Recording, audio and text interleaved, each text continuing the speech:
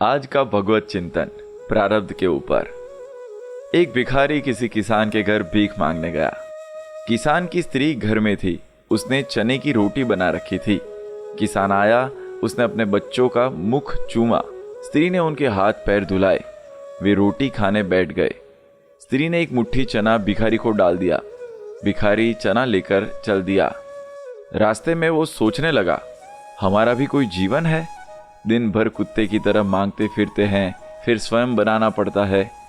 इस किसान को देखो, कैसा सुंदर घर है। घर में स्त्री है, बच्चे हैं, अपने आप अन्न पैदा करते हैं, बच्चों के साथ प्रेम से भोजन करते हैं। वास्तव में सुखी तो ये किसान है। किसान रोटी खाते खाते अपनी स्त्री से कहने लगा, लीला, बैल बहुत बूढ़ा हो गया है, अब वो किसी तरह काम नहीं देता।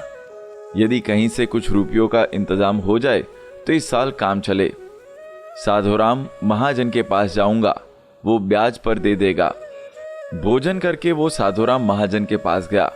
बहुत देर चिरौरी विनती करने लगा, पर 1 रुपया सैकड़ा सूद पर साधु ने रुपये देना स्वीकार किया। एक लोहे की तिजोरी में से साधुराम ने एक थैली निकाली और गिनकर रुपये किसान को दिए। रुपये लेकर किसान अपने घर को चला। वो रास्ते में सोचने लगा, हम भी कोई आदमी है। घर में 5 रुपये भी नकद नहीं। कितनी चिरौरी विनती करने पर उसने रुपये दिए। साधु कितना धनी है, उस पर सैकड़ों रुपये हैं। वास्तव में सुखी तो ये साधुराम ही है। साधुराम छोटी सी दुकान करता था। वो एक बड़ी दुकान से कपड़े ले आता था और उसे बेचता था। दूसरे दिन साधुराम कपड़े लेने गया। वहां सेठ पृथ्वीचंद की दुकान से कपड़ा लिया। वहां बैठे ही उसने इतनी देर में कई तार आए।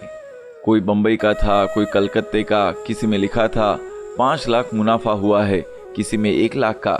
साधु महाजन ये सब देखता रहा। कपड़े लेकर वो चला। रास्ते में सोचने लगा, हम भी कोई आदमी है। 200 जुड़ गए। महाजन कहलाने लगे, पृथ्वीचंद कैसे हैं, एक दिन में लाखों का फायदा। वास्तव में सुखी तो ये है। पृथ्वीचंद बैठे थे कि इतने में ही तार आया कि 5 लाख का घाटा हुआ। वो बड़ी चिंता में था कि नौकर ने कहा, आज लाट साहब की राय बहादुर सेठ के यहाँ दावत है, आपको जाना है, मोटर तैयार है। पृथ्वीचंद मोटर पर चढ़कर राय बहादुर की कोठी पर गया।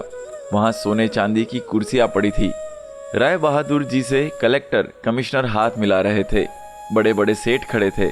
वहां पृथ्वीचंद सेठ को कौन पूछता। वे भी एक कुर्सी पर जाकर बैठ गए। लाट साहब आए, राय बहादुर से हाथ मिलाया, उनके साथ चाय पी और चल गए। पृथ्वीचंद अपनी मोटर में लौट रहे थे। रास्ते में सोचने लगे, हम भी कोई सेठ हैं। 5 लाख के घाटे से ही घबरा गए। राय बहादुर का कैसा ठाठ है। लाट साहब उनसे हाथ मिलाते हैं। वास्तव में सुखी तो ये ही है।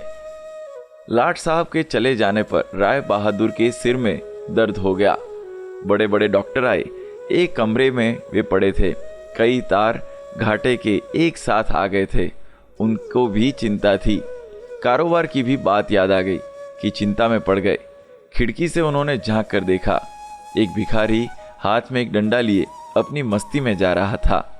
राय बहादुर ने उसे देखा और बोले, वास्तव में तो सुखी यही है। इसे न तो घाटे की चिंता, न मुनाफे की फिक्र।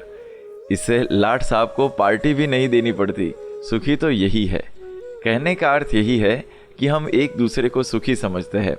वास्तव में सुखी कौन है, इसे तो वही जानता है जिसे आंतरिक शांति है। एक विरक्त साधु ने एक राजा से कहा था, महाराजा, आप इतने बड़े राज्य के स्वामी हैं और मैं अपने फटे कपड़ों का स्वामी हूँ। अतः हम दोनों के ही पास स्वामित्व तो है ही। अब हम में दरिद्र वही जिनकी तृष्णा बढ़ी हुई हो। मैं तो इन फटे कपड़ों में ही संतुष्ट हूँ। तुम इतने बड़े राज्य से भी संतुष्ट नहीं। इसीलिए संतुष्टि राज्य वैभव में नहीं, वह तो मन का धर्म है। मन संतुष्ट हुआ तो फिर चाहे लाख रुपए हो या 1 पैसा भी न हो, दोनों ही हालत में आनंद है। इसीलिए जो केवल रुपये में, पैसे में आनंद खोजते हैं, ये हमारी भूल है। सच्चा आनंद, सच्चा सुख तो भगवान की प्राप्ति में ही है।